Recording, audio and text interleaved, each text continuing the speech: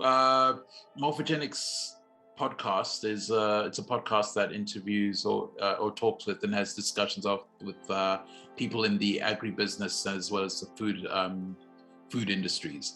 So our aim is to have discussions and interviews with people doing interesting things in those industries. So I'm very happy to have you as a guest today on the podcast. Best thing that happened today was one of our local farmers brought us incredible farm fresh bouquets, which you're seeing on the counter behind me. Bright, vibrant colors, newly harvested on Monday and early this morning. So we can't get much fresher than that. Excellent. Great stuff. And Cheryl, if you could give me a brief description about you and your business. Well, I am a retail florist located in Pittsburgh, Pennsylvania. I've been the owner of this establishment for 34 years. I actually started in the business when I was 16 as an after-school kid working in a local flower shop in my junior and senior year in high school. And it led me to later on a career and a longing to own my own business. So we've been doing this for quite a long time, and we are relatively successful in what we do. Brilliant. Okay, great stuff. And Cheryl, I think you shared with me that you're in the unenviable position of having between 40 or 48 weddings between now and November? Yes, between now and November. Well, it started on Labor Day weekend. From Labor Day weekend through November 7th, we have 48 weddings scheduled. That is amazing. Many of those are postponed weddings from 2020, and these were the dates that my brides could get. So we work with what they were able to get, and we're fully committed to servicing those weddings and producing what they have asked for. And in some cases it's been a challenge because right now white roses and basically any white flower is at an extreme shortage, and so we're having to do some switching to other light colors, but we're making it work. Okay, excellent. And what is the reason for the shortage of white flowers? Well, there's just double the number of weddings taking place this year, so that means double the amount of product being used. We also can take it back through the logistics in the supply chain, and in 2020, when our farmers in Ecuador and Colombia, for instance, should have been planting roses and harvesting crops, there was no one to do that work. Many of the workers were sick or were just not able to get the farms to do their job because of other issues going on. And then you couple that with if they can get the product and cut the product and get it boxed, then we have the issues of flying it to the United States for transport across the United States. We have airline shortages, we have trucker and truck driver shortages, and the list just goes on and on and on. It's kind of just like computer chips. It all goes back to somewhere as an origin, and it's not very pretty. Excellent. And Cheryl, who would be, or how would you describe your client base? Who's your clientele? My clientele is everyone. We service the person who needs a single rose from us to the person who needs thousands of dollars worth of flowers and everything in between. As I said, I'm a full-service retail florist, so we deliver 6 days a week all over the greater county area, which is a pretty broad delivery area. And we don't generally say no too many times. And that's what we do. Great. I'm one of the few florists in the county that's open after 4:30, 5 o'clock at night. So I'm the go-to person late at night. Okay, And excellent. we bail out a lot of guys who need anniversary flowers, birthday flowers, or I've gotten in trouble and you need to help me flowers. I get you. Okay, and what else would be a competitive advantage for you besides staying late after hours? What else is a competitive advantage? Well, for my brides, I hold a lot of consultations after 5 o'clock, and that means that they don't have to take a vacation day to come talk to us about flowers, and that's an advantage. We also price our product very fairly. We don't try and gouge at anyone or increase prices unnecessarily, and I think that's a competitive advantage. Okay, excellent. Cheryl, what do you believe people misunderstand about your industry the most? That it's something that they can do themselves. Oh, true. When it's your wedding day, do you really want to be standing in the basement of mom and dad's garage or game room putting together your wedding flowers and your centerpieces when you should be concentrating on getting your hair and makeup done and your pictures taken and getting ready to go down the aisle? Everyone thinks that what we do is very, very easy, and it's not. It requires a lot of training and practice and a lot of technique to do what we do. And I'm learning things even after being in the industry for so long. I learn new things every day and research different kinds of flowers, different techniques to use, newer ways of processing things, all to make my flowers live longer when they get to you, my consumer. Excellent. I completely concur with you on that.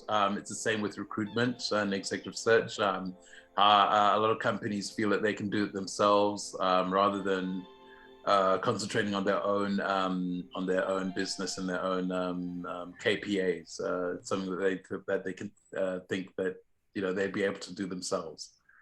So I completely understand. Okay, Cheryl, what's the biggest challenge you're facing in your role in your business right now, and how are you tackling it?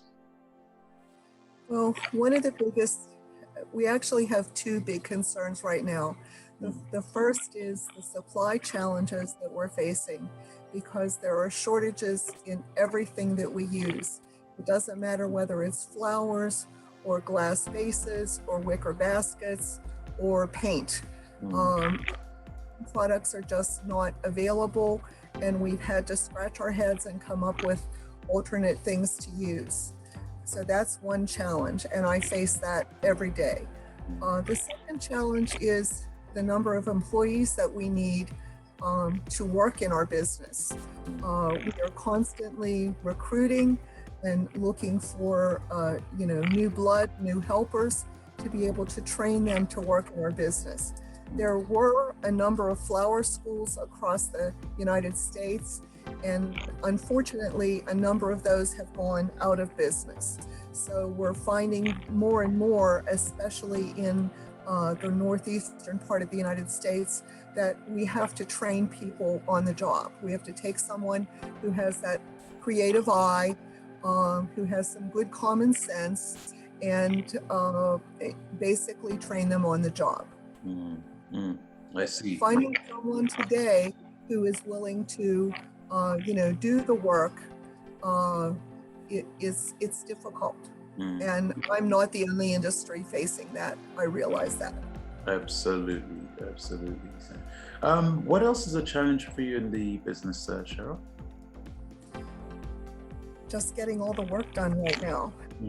As more and more flower shops go out of business, it means that shops like mine are busier and busier and busier.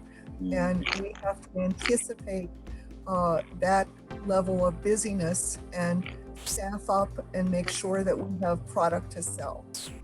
So the uncertainty is sometimes hard, but it's also a challenge to make it all happen.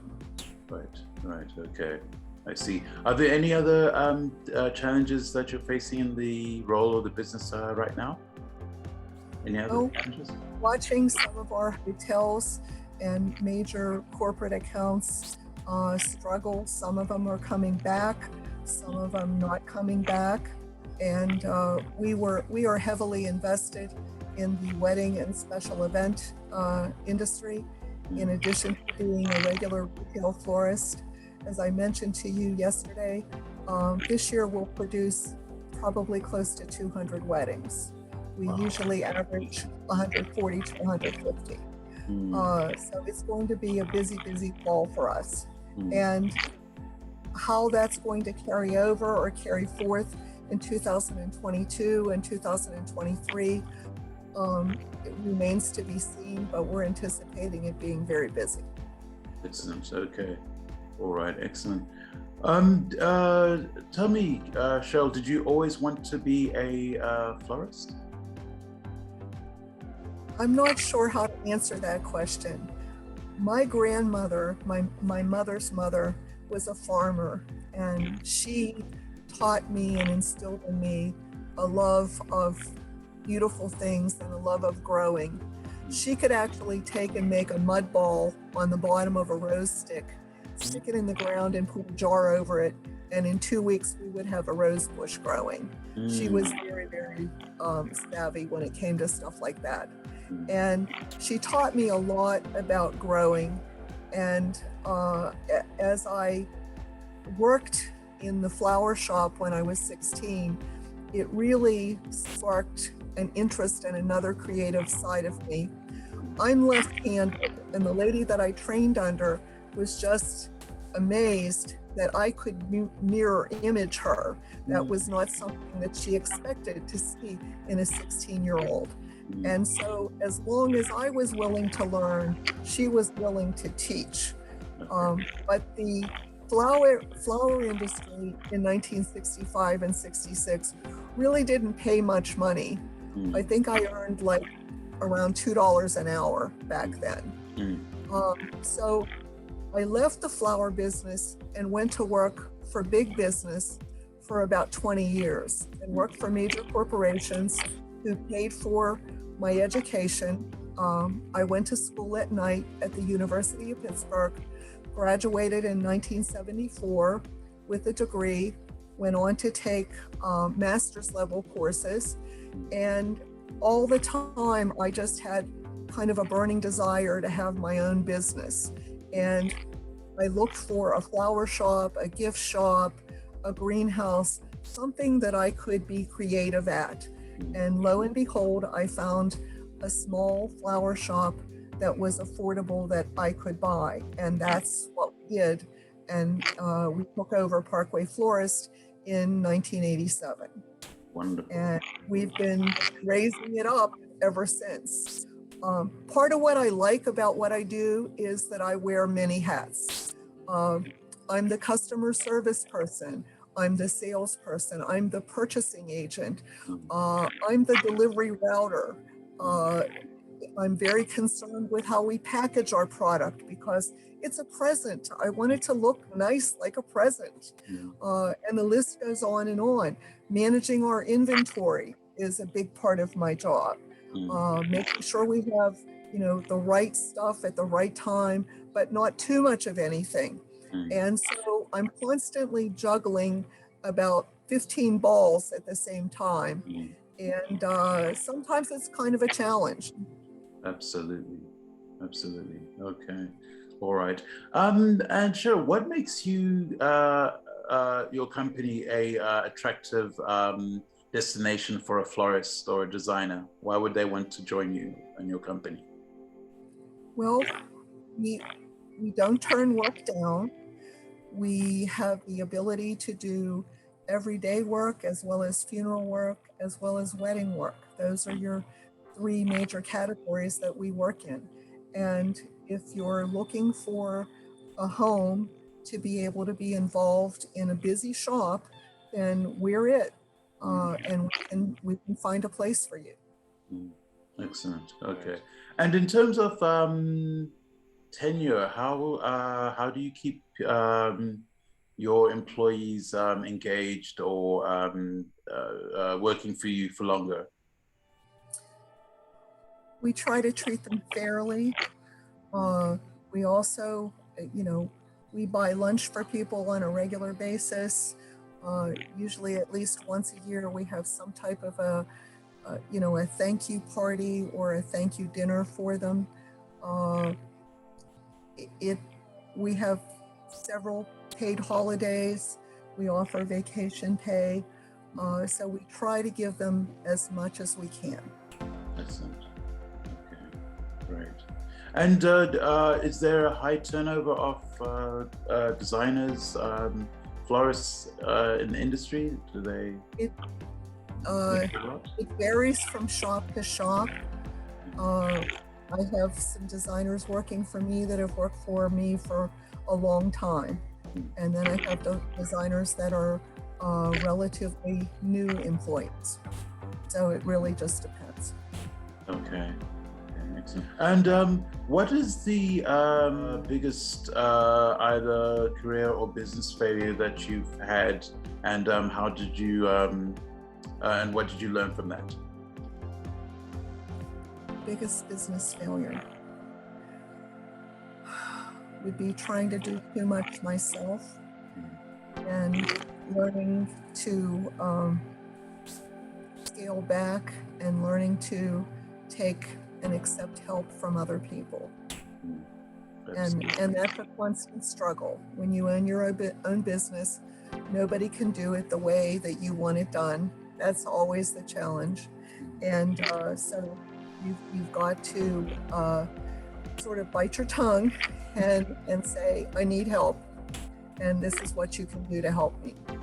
Absolutely. Okay.